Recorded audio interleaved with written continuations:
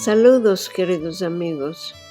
Como ya sabéis, muchas veces no registro un mensaje de odio pensando que ya tenéis bastante ocasión para sentir el ladino hablado bueno en el internet. Ma hoy, que es el 10 de agosto, el lunes, de ainda estoy pensando y me va viniendo al tino lo que vi de ayer y sentimos todos ayer en el encuentro de Al-Had con Metin Zambrano como Musafir y Karen Gerson como Balabaya, y cómo me emocioné durante este programa. A esta ocasión, en primero quiero decir felicitaciones a Liliana y Marcelo por cumplir los 6 años exactamente ayer de estos maravillosos encuentros de Al-Had que tenemos, donde podemos sentir la lengua y conocernos y saber de nuestra cultura y todo bueno que acontece en estos encuentros maravillosos. Espero que va a tener muchos años más de vida, inshallah hasta 120, como decimos, porque y después de nosotros otros que lo continúen. Y qué hermosa cantica que compuso nuestra amiga Miriam Sherman para esta ocasión.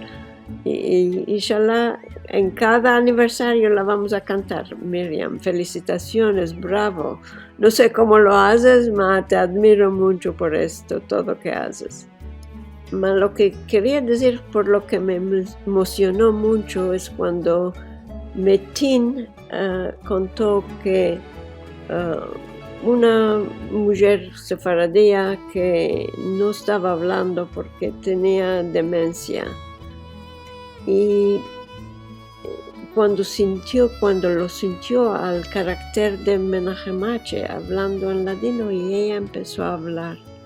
¡Qué milagro! Es cosa que los doctores que se especializan en gerontología deben de notar esta manera de cosas. Y que sepan que tenemos una lengua que muchos de nosotros que nos estamos heredando fue la lengua madre, y si nos olvidamos la lengua que nos aprendimos después, siempre nos vamos a acordar nuestra lengua madre. Como ves, me emocionó muy mucho.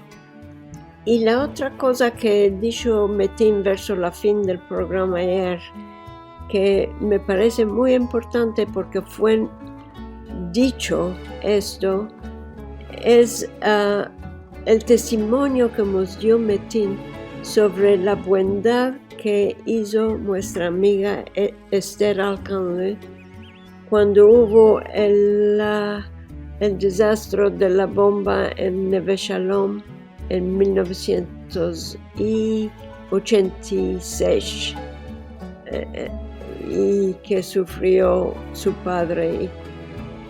Esto todo que contó sobre lo que hizo Eti, según la llamo yo, es que debe ser escrito y notado en libros de historia, creo yo, por dar una idea de lo que era la comunidad judía de Estambul.